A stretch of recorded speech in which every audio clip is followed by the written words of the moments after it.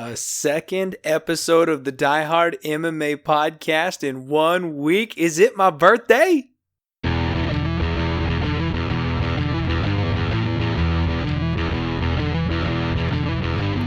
Woo! Ladies and gentlemen, welcome back to the Die Hard MMA podcast. I'm your host, as always, Clint McLean. Well, long story short, I busted out of the poker tournament, so womp womp.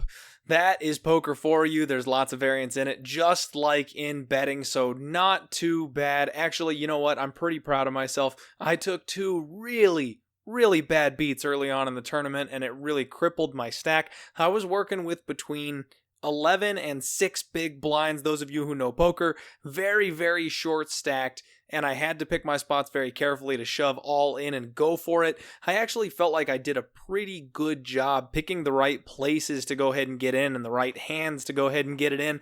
I survived for about 4 hours on that short stack. I gotta tell you, it was exhausting grinding that short stack. Finally, I got it in ace queen versus pocket jacks. I had the ace queen and just didn't catch, and you know, that's what happens. It was a fair fight, 50-50 flip. I needed to get that spot, otherwise the blinds were about to go up yet again, and I was going to be absolutely destitute once that happened. So, you know, it was fun. It was a real good time. I will be doing my very best to enter into that poker tournament again next year. But since I have busted out, that means I'm free on a Tuesday, which is our usual recording night for the Die Hard MMA podcast. So here we are. We're going to do a special part 2 episode of UFC 241. We will touch on the fights that we may have missed out on last time or things that I have maybe changed my opinion on since. But before that, let's go ahead and do a recap of UFC Uruguay, because that's something we did not get to.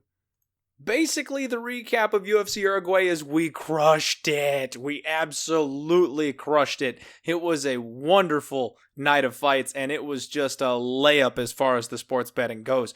We were zoned in. My girl Veronica Macedo, first fight of the night, and I told y'all she was going to get it done inside the distance. How many of you hit that plus 400, that plus 350 on her winning inside the distance? I told you that was happening, and I almost made Veronica Macedo a 2-unit bet. I really wish I had gone ahead and done that. I was this close to taking her inside the distance on top of betting her straight officially on the podcast.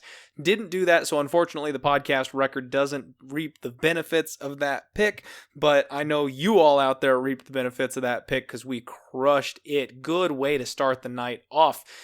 We rolled right along, didn't have a whole lot of action after that, and boy, was it a good thing we didn't have that action. I told everybody that this was a fight we needed our notepads. This is a fight where we wanted to pay attention because there was going to be a lot going on, and there were some wars. There were absolute battles the next 3 fights in a row, and I know so many people that got burned by that. I know a whole lot of MMA handicappers that had really bad nights at UFC Uruguay because of the level of variance, and we skated right on by that. If you follow me on Twitter, I put out that Neo gif of him dodging bullets because that's what we did. We stuck to our guns and played it safe. Now, the second pick of the night, unfortunately, was a bit of an error. This is another one of those spots where I want to talk about not always is a good bet going to win, and not always is a bad bet going to lose. We're going to touch on that again a little bit later in the recap, but this is a spot where,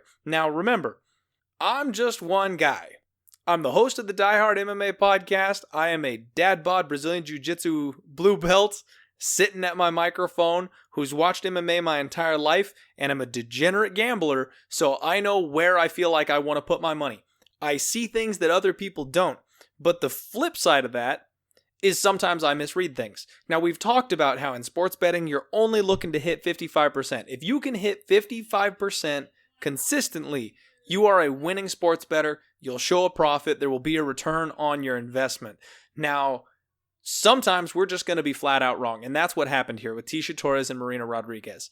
I completely overestimated Tecia Torres, and I very much underestimated Marina Rodriguez. Tecia Torres looked exactly like the same person, maybe just a notch down from her last fight. I expected improvements.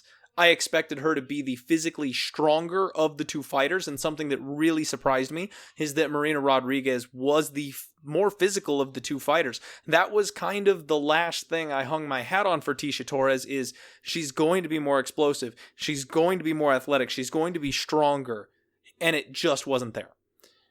So now you've got to wonder about the motivation. Maybe she's capped out. Some people are not meant to be top 2, top 3, top 4.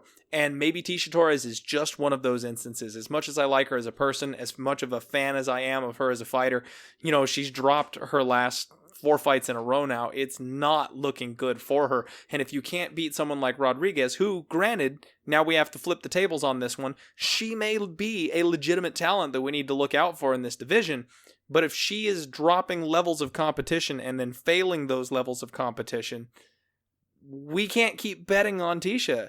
And especially in this kind of a case, we can't keep regurgitating the fact that she's the stronger fighter. She's the more explosive, athletic fighter, because that was proven wrong. And unfortunately, we laid the wood with Tecia Torres, and that cost us about 1.5 units to learn that lesson. But we will reflect on these situations. And one thing that I find is funny, people on Twitter, haters, I know you're listening. I am not the guy. I get so much shit for some of the pics that I post, and it's really funny because you'll get these people on Twitter that can't control their emotions, and they come after you with everything they've got if they either disagree with you or you picked against one of their favorite fighters. In fact, I had a YouTube comment come up this week, and one of the picks I made for UFC 241 was Anthony Pettis.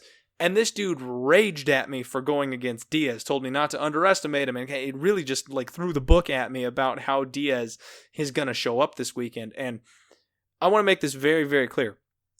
I'm a fan of mixed martial arts. I'm a huge fan of 99% of the UFC's roster and Bellator and PFL. I'm just a fight fan.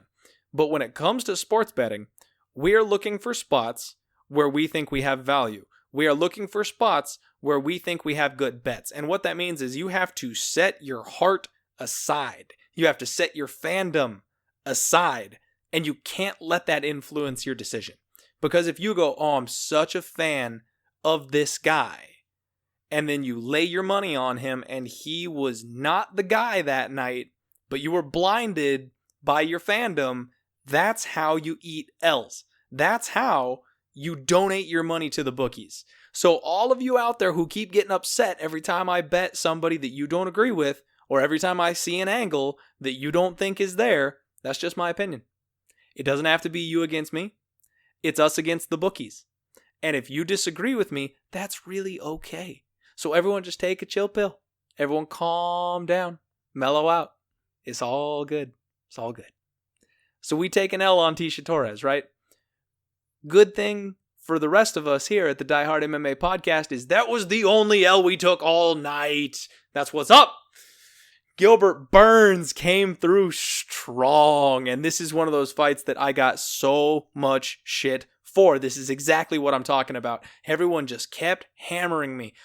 Kunchenko, he's this, he's so big, he's so strong, knockout power, game's on point, striking, next level. He beat Thiago Alves. I mean, you wouldn't believe the flood that I got when I went official picking on Gilbert Burns. I ain't worried. I wasn't worried. I ain't even worried about it. Gilbert Burns came in and did the damn thing. He looked bigger than Alexei Kunchenko. I told you all, he is a massive 155er. Moving up to 170 was zero problem. His skills are insanely high.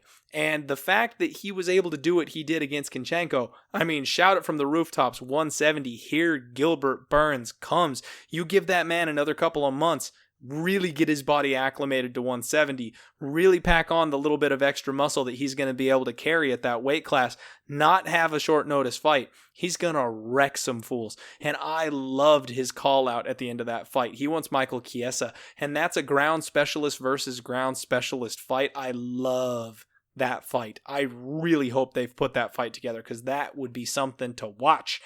We move on to the main card. That was all we had for the preliminaries, and I'm still... So this is where, once again, I like to be a little self-reflective on this. I gave you all a lean to Enrique Barzola. I said I thought Enrique Barzola wins this fight, but I didn't like the price. And the fact that Bobby Moffitt moved over to fight ready gave me just enough pause that I went, I think I'm going to go ahead and pass here. Well, I think on Friday, I was looking at the lines, and I saw Barzola drop all the way to minus 120. My finger was so close on my phone to pulling the trigger and making Barzola an official pick when I got minus 120 on it. Something told me not to do it. Now, this is where hindsight would tell us I'm wrong. Short-sighted people on Twitter are going to tell me that I'm wrong and I missed out on easy money because I didn't make that bet, and I should have. They're wrong. You're wrong. That fight was so close. That one very easily could have gone to Bobby Moffitt. I was sweating bullets, and I didn't make Barzola an official pick. Of course, being the guy sitting at the desk, giving you my opinion, giving you my picks, I always want to be right because it looks good on me. Even if I don't make it an official pick, if I say I think that guy wins and he does, that just adds credibility to what I do here, right? So I was looking forward to Barzola winning that thing handily and being like, I should have pulled the trigger, but he didn't. He did not. That was a coin flip fight if I have ever seen one. And paying minus 120 or minus 125 would have been overpaying. Even getting him at minus 120 is exactly the type of coin flip spot where we are making a spectacular effort to avoid right now.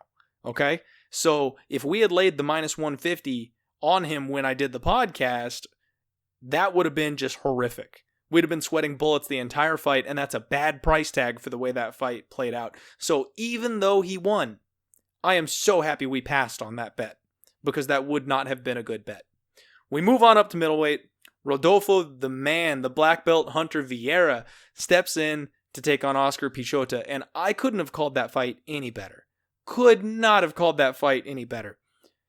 The first round was closely contested, and Pichota was able to keep it, semi-competitive, I guess, maybe. Maybe that's not the right word to use there. But Vieira stands with him on the feet a little bit, threatens with the takedown. Pichota's able to, scramble, really slow-paced, which that's not really something I was expecting. It was Vieira's first time under the bright lights, so no shame in him coming out a little slow against a powerful striker like Pichota. But as soon as the grappling started at the end of the first round, I tweeted, I was like, you watch, Pichota's going to gas now. And sure enough, Vieira comes out in round 2, puts Pichota on his ass. And it was at the end of round 2. I thought it would be at the beginning of round 2. In fact, in the degenerate parlay, which died on the first freaking play again, I had the under 1.5 mixed in on that parlay for this one. I really thought that Pichota would gas faster, and I thought Vieira would sub him in like the first minute. He didn't, and that was, props to Pichota. It looks like he has done his homework and may have actually shown a little bit of improvement. Vieira may be, not quite ready for the big lights of MMA. He's still not, ready for the UFC. He's barely getting the ball rolling. Whatever the case may be, the sub still happens in round 2. Vieira locks up that easy 1-unit win for us, and we knew Pichota was going to gas out. That was blatantly obvious to me that the UFC saw that in his fight with GM3 and went, oh, here you go, Vieira. So we move on to light heavyweight, and finally that fight happens. Ozdemir and Latifi finally get a chance to go toe-to-toe, and I am so sick of breaking down this fight. If you recall, on the last podcast, I basically didn't even break it down. I'm like, I've done this 3 times already. The fight hasn't changed. The only thing that's happened is that Latifi's gotten older and his back may be more compromised. Volkan Ozdemir gets it done. Now, he's got to do something about that nickname No Time, because he is definitely pacing himself these days, which I love. It actually shows that he's improving as a fighter. He's adding an additional wrinkle to his game. He's able to go 15 minutes if he wants to, rather than just relying on that one-punch bomb. But man, Latifi's corner could have stepped in. He took about 3 minutes of damage that he just did not need to take. And Volkan Ozdemir locks up another win for us. Now, the co-main event, this is where we're going to circle back around, folks. I felt like I was biased towards Mike Perry. I really felt like I was biased towards Mike Perry. I'm a fan of the guy, and I didn't want to let that bias make us make a mistake. After watching that fight, there was so much value on Mike Perry at plus 180, plus 200. If you took Mike Perry as a bet at plus 180 or plus 200, you got tons of value. And if you bet Vicente Luque at minus 300 or minus 350, I've got news for you. That was a terrible bet. Now, if you did what we do and you parlayed him, you tried to bring that price down, okay, I can see that. But once again, this fight was razor thin. It was a split decision, and the entire world is split on exactly who won that fight. A ton of people are with me and think Mike Perry won it. I thought it was 1-1 going into the third round, and it all came down to round 3. I think that big knee that Luque landed and the blood coming out of Mike Perry's face was enough to sway the judges, even though, in my opinion, beyond that knee, Mike Perry really controlled that round, and even when it got on the ground, Vicente was never close to getting that submission. Mike Perry was on top, and he was landing those rib roasters basically the entire time Vicente Luque was hanging onto his neck. He wasn't threatening. It wasn't a choke that was going in, and Perry was scoring. I thought Perry won rounds 1 and round 3. Anybody out there saying that it was a 30-27 for Luque, I don't know what fight you were watching. I'm sorry, you're a moron. He did not win round 1. There's no justifiable excuse that Vicente Luque won round 1. Mike Perry won round 1 easily. I think Vicente Luque won round 2. I think that was pretty clear, but I actually know a lot of people out there that believe the opposite, that think Mike Perry actually won round 2. So I would need to go back and rewatch that one to give an opinion, but I really think it went 1-1 going into round 3, and it just depends on what you rely on, your personal bias, what the judges were looking at in round 3. Because if you're like me, Perry did more. Perry landed far more shots, and when there was only one significant shot in the entire round, I don't think that's enough to win you the round. Other people, on the other hand, go, Vicente Luque did the damage. Vicente Luque landed the one big shot of the round, so he takes it. I can respect that opinion, and I have no problem with that, and it's just one of those ones where the variance comes into play. But I'm so happy we passed. Total 2020 hindsight here. I'm happy we passed because we would have burned a unit on it. But had we taken Mike Perry at plus 180 or plus 190, that was a pretty damn good bet. He showed, obviously, that he should have been maybe a plus 125 underdog at most. I mean, there was massive, massive line value on Mike Perry. So, we're going to take the, I guess, the scrub way out here and be like, well, we didn't lose a unit, so I'll take it. But we did miss out on value because there was a very good chance that Mike Perry was going to win that fight when it went to decision. In fact, it was a split. One of the judges gave it to him. So we just needed one more person thinking that he got it done, and it would have been great. Now, this is maybe the best part. Everyone was talking about how boring the main event was and snooze fest, and it was so bad. And you know what? We cashed that over 3.5 about as easy as you can cash a bet in mixed martial arts. That was maybe... No. Sorry, I'm going to backtrack right as I'm in the middle of the sentence. My girl Macedo was the sharpest bet on the card in my... you know what? I was pretty damn sharp last week, guys. I was pretty damn sharp. Macedo was a damn good bet. Burns was a damn good bet. And the over 3.5 was a layup. That was low-hanging fruit for my low baggers out there. That was a damn good bet, too. So... I'm not sure which one was my favorite. They were all pretty freaking great. Obviously, if I had taken Macedo inside the distance officially at the plus 400, that would be my favorite bet of the night. I would be gloating over that one a little bit more. But since I didn't have the balls to go official on it, I can't gloat about it too much, even though y'all know I hit it. So, Shevchenko, Carmouche, boring fight. Over 3.5 cashes. Super easy. 5-1 on the night. 5-1 on the night. And you know what? I have been telling you all for the last couple weeks in a row, we have been so close. We've been so close to having a nice, solid score, and it's just all fallen apart at the last second for us, and we haven't quite been able to get it done. This was the one where it finally all came together. We were primed, we were in position, and if those last two bets had gone against us, I'd have been real frustrated again, but we got them both. It was a good freaking night. I'm so excited. It was just a really solid night. So I will stop patting myself on the back at this point. I hope you all cashed. I know some of y'all out there made some serious money because 5-1 is no joke on that kind of a night. We ended up going plus 3.85 units on the official podcast record, bringing the 2019 record to 97 and 84 for plus 32.12 units. Dang, it feels good to be back over that 30 unit hump. That was something that was, honestly, it was kind of haunting me a little bit. When we went on that bad streak and gave away like 11, 12, 15 units, something like that, and dipped back down into the 20s, the low 20s, man, I mean, I knew we would get it back. I knew it was a matter of time. I knew it was a patience game, but it did not feel good staring at that number. I want to be up over 30. I want to be up over 50. I want to get there, and we were trending the wrong direction. It feels good to right the ship and get back on track. So here is my part where I'm going to go ahead and give you all my pitch just one more time. Y'all know I'm not a professional sports bettor. I'm just a dude.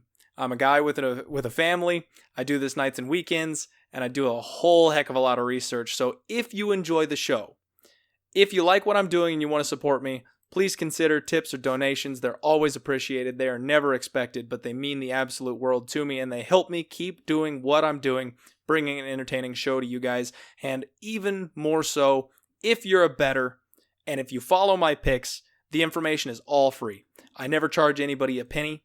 You get some good, solid info here, and we have been on a solid winning run since the show started back in January. So on nights like tonight where we go 5-1 and we lock up some serious profit, wouldn't be the worst idea in the world to show a little gratitude, tips, and donations. Again, very much appreciated. You can fire those to me at Venmo, at DieHardMMA, or the easiest way to get it done is to PayPal me, maximusin3d at gmail.com. I will put that in the description of the podcast. Your love and support means all the world to me. I actually have a really great time doing the show, and as I've said a couple times, Tuesday nights tend to be my favorite nights of the week these days because I love breaking down the fights. And even though I know I'm talking to myself here, I really feel like I'm chatting with my diehards. You guys interact with me a lot on Twitter these days, and I love having the little community. Let's keep building it. Let's keep growing it. Like, share, subscribe the damn thing. Let's get into part 2 of UFC 241. So I've had a couple days to sit back and to kind of mull on the plays and look into stuff, and I gotta tell you guys, I really love this card. And not the fight card, I mean the betting card. I really, really love our spots. I'm very confident. I love the underdog play on Brandon Davis. I love the Ian Heinisch line. And the crazy thing about the Ian Heinisch bet is that a whole lot of money has come in on the other side of that, and Ian is all the way down to minus 150, which honestly, that kind of baffles me a little bit. I know there's only so high a line can get until people are going to start seeing value on the flip side, so I understand that. But Brunson, Heinisch is a terrible, terrible matchup for Brunson. Brunson doesn't wrestle anymore, and if he did, honestly, I think Ian can take him. If this thing stands, Brunson's got the weaker chin of the two. Ian is the more polished striker and is going to be the one to land harder, better shots. I mean, I just don't see where Brunson wins this thing. So I love that play, and if you didn't get on it now, because now's an even better price at minus 150. I'm not going to go 2 units on it because we already laid the wood at minus 175. I don't want to lay another minus 150 on it, but I'm pretty dang confident in this one. I actually still love the Anthony Pettis bet, and that's one where we beat another big line move. He's minus 130, minus 140 right about now. And to my friend who I talked about that gave me that scathing YouTube comment, don't worry, I'm not going to out you or anything like that. I think that was an emotional reaction to me picking against your fighter. I love Nate Diaz. I'm a huge fan of Nate Diaz, and he is extremely dangerous.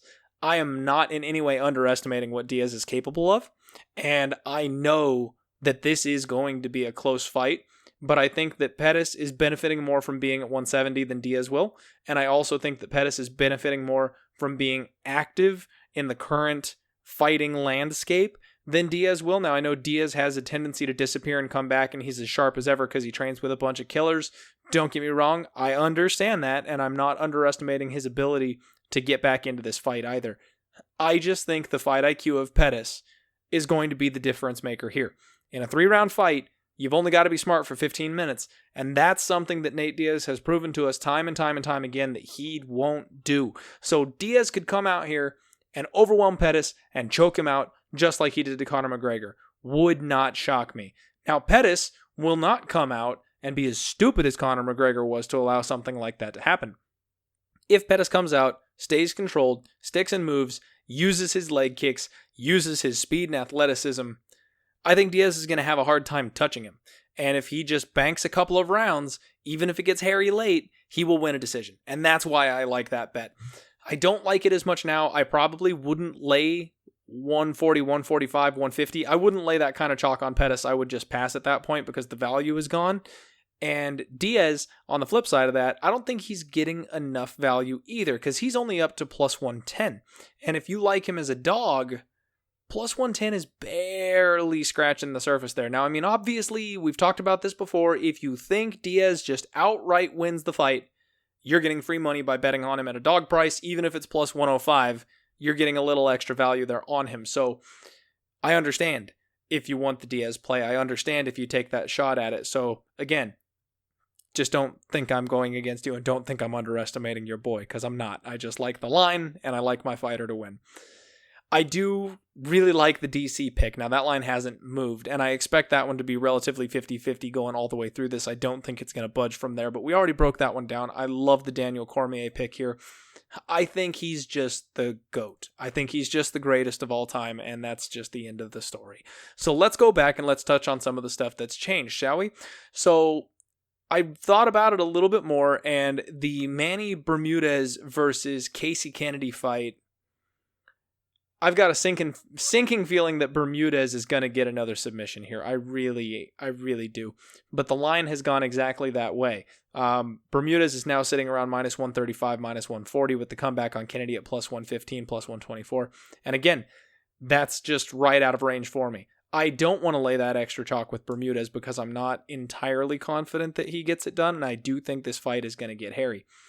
So the Rafael Assunção, Corey Sandhagen fight, let's touch on that for a second because that's another one I was struggling with. I've got a spooky feeling on this one. It's kind of like the situation I had with Mike Perry. I think that Assunção is going to come for blood. I know Corey Sandhagen is 11-1. I know how skilled he is. I know he's a phenomenal grappler. And he's seriously packing heat these days. He's improving every single time we see him in the cage. But he's such a big favorite. So many people have piled on him. He's minus 175, minus 185 right now. And over a guy like Rafael Assunção, I just think that's too wide. He fought super close with Lineker, and that was a big step up in competition. And he barely scraped by in that fight. He could have easily lost that fight.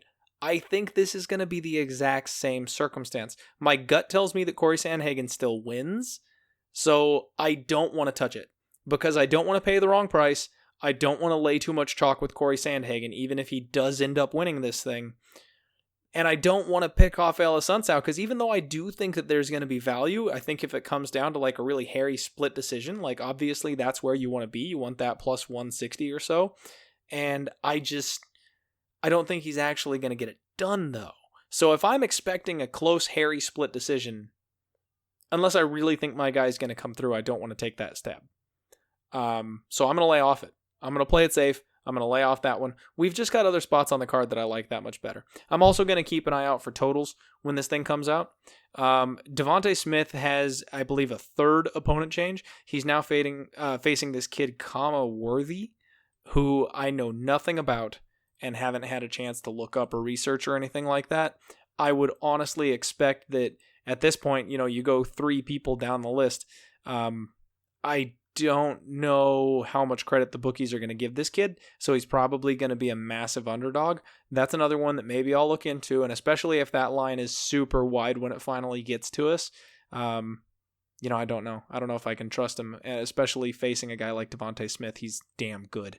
So that's probably going to be another stay away, honestly. It might be a good spot to take an over, though. If they set the over at like 1.5 or something like that, we might get some decent value on it, because if Worthy is worthy, but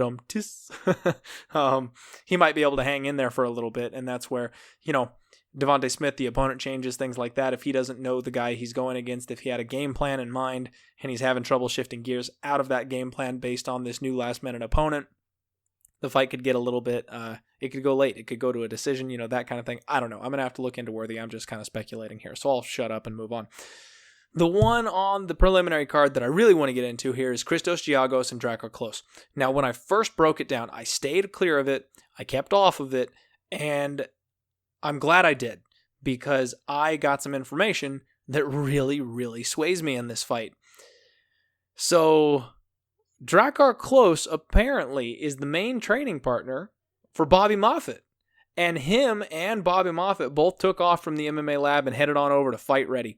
And we just saw what Fight Ready does to people. Bobby Moffett looked better than he has ever looked. And Drakkar Klose has been with them just as long, and he's had a whole nother week with them before his fight, before he's got to show up here. Christos Giagos, while last fight was his most impressive performance to date, it's still a little suspect, and he still definitely has holes in his game, and Drakkar Klose has an insane 70% takedown defense rate. If Christos Giagos cannot get in and get those takedowns, I don't see how he wins this fight. And now knowing that he's going to Fight Ready, which my boy Kelton, he made fun of me for this. I don't know if you listen to the podcast or not, Kelton, but he made fun of me because my whole opinion of this fight flipped based on the camp that the guy came out of. And I've got a very good reason for that. Some of you might think that's short-sighted. Some of you might think that I'm, kissing away line value or something with that kind of a move. But here's the thing. Fight Ready is next level. Fight Ready is absolutely next level right now. They're doing things that nobody else is doing. And they cranked Henry Cejudo up a notch. And they have that strategy. They can implement that with literally anybody. We saw Bobby Moffett just barely starting to get the type of shine that came off of Cejudo just being there a little bit. Drakkar Klose, in my opinion, is much more talented than his buddy Bobby Moffett. I think Drakkar Klose is very talented, and with the right team behind him and with the right program behind him, he really could be something. And they do the transformation photos over there at Fight Ready. He is looking jacked. Now, he's never been the kind of guy that's had like a ripped up physique or abs or anything like that, and he's got them now after going over to Fight Ready. I don't know if they've got some damn good doctors over there. Maybe they're getting away with something. I don't want to accuse anybody of anything, but damn, dude, like they are transforming guys over at Fight Ready. And if Drakkar Klose is faster, stronger, and more explosive in this fight against Christos Giagos, I don't know how Christos gets the fight to the ground. I just don't. And if he can't get the fight to the ground, there's no way he's striking with Drakkar Klose for 15 minutes. Drakkar Klose's hand speed and power is really going to cause him problems. And I don't see a path to victory if I can expect the type of improvement from Drakkar Klose that we got from the previous fighters that have flipped on over to Fight Ready. So Drakkar Klose is definitely somebody I'm interested in at this point, and actually I've got a play that involves him. So Gabriel Benitez is fighting Sodiq Yusuff, and we did kind of briefly touch on this one.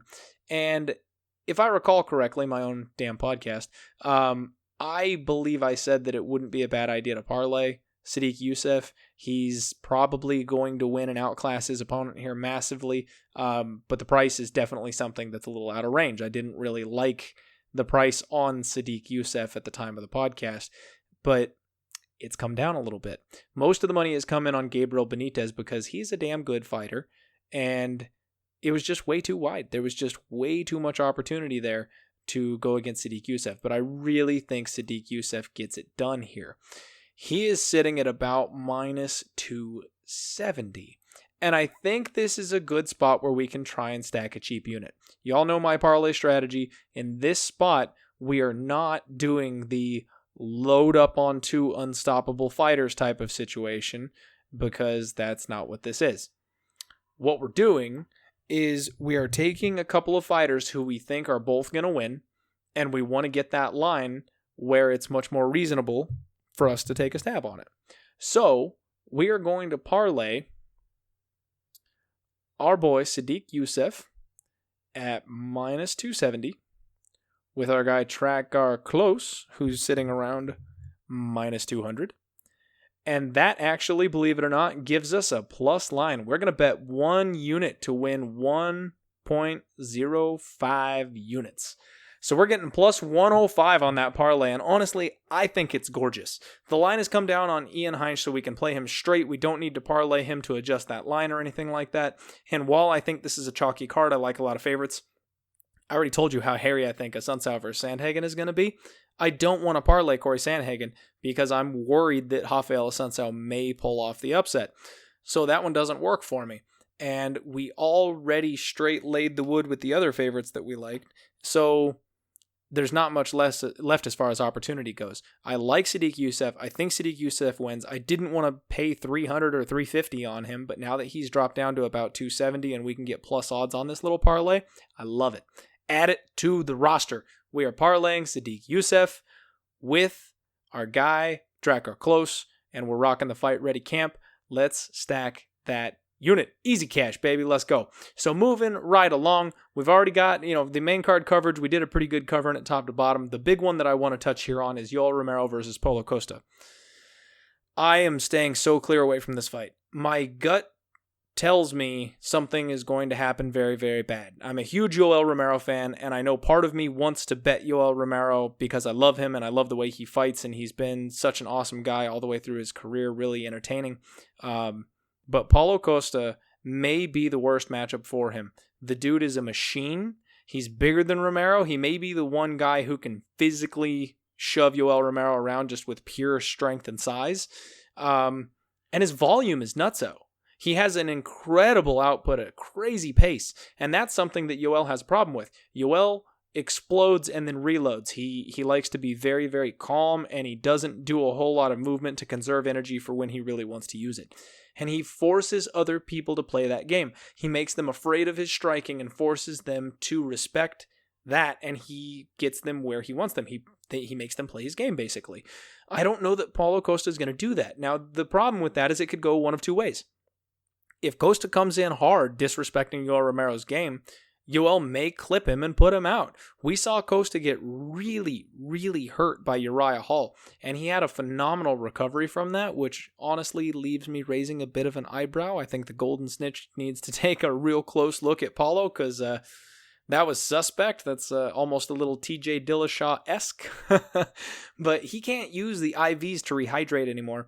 And that's something that we don't know how that's exactly going to affect Costa. We've seen Yoel having weight cut issues. Basically, for the last 4 fights in a row of his, he has a real hard time making 185. If Costa can't rehydrate using the IVs like he used to, he's going to have a hard time making that too. So one or both of these guys may miss weight this fight. We're not sure. I'll bet you one of them at least does. But if Costa cannot reload the way that he wants to, he may not have the gas tank to push as hard as he usually does. Well, if he's compromised, he's going to be easier to knock out. And we've seen him get hit. We've seen him get hurt. And if he can't recover from that, Yoel will end him. Now, on the flip side of that, Yoel's 42. Father Time is going to start wrapping his deathly claw around Yoel's shoulders eventually, and he will slow down. That power will wane. The explosiveness will disappear. And if Costa can take some of Yoel's blows and then decide he wants to just walk through them and not let Yoel breathe and rest and reload like he needs to, Costa can just overwhelm him. Costa can just put it on Yoel. He might be fighting him at exactly the right time to be able to take advantage of the fact that Yoel is getting older. So when this line opened up, like the look-ahead line, like a long time ago when they first announced it, Costa was plus 200, and damn, that was a pretty line. If you got plus 200 on Costa, good for you. Holy crap, because so much money is poured in on him. He's down to plus 120. You can get him at plus 130 over at BetOnline, but that's it. That's as good as it gets. If you want Costa, you're barely getting a dog line at this point. Now, I thought if the money came in hard enough on Costa and that line dropped enough, that I would be all team Yoel Romero. I would be all in on like a minus 140 or something for Yoel. Well, I can get minus 140 right now, and I ain't touching it. I don't like it anymore. After going back and watching the fight, reviewing the tape study, doing what I do, I'm afraid of Costa. I'm really afraid of Costa. He's young, he's hungry, he's powerful, he's the next generation, but I honestly can see this fight going either way. I can see scenarios where both guys get it done. If Yoel's power is still there and Costa doesn't respect him, Yoel can put him to sleep. Yoel's got the grappling advantage on it, obviously, and Costa has given up takedowns. He gave up a big takedown to Uriah Hall again, and he's given up takedowns before. Yoel can put him on his back, and if he can do that, he may not get up.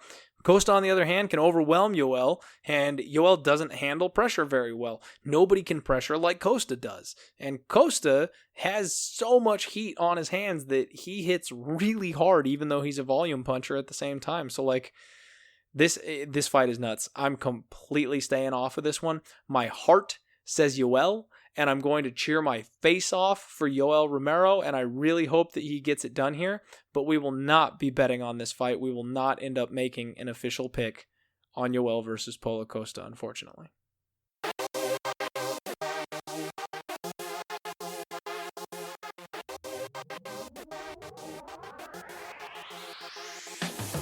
Well, that'll about do it. Die Hard, let's wrap this thing up. Thank you for joining me for a quick episode.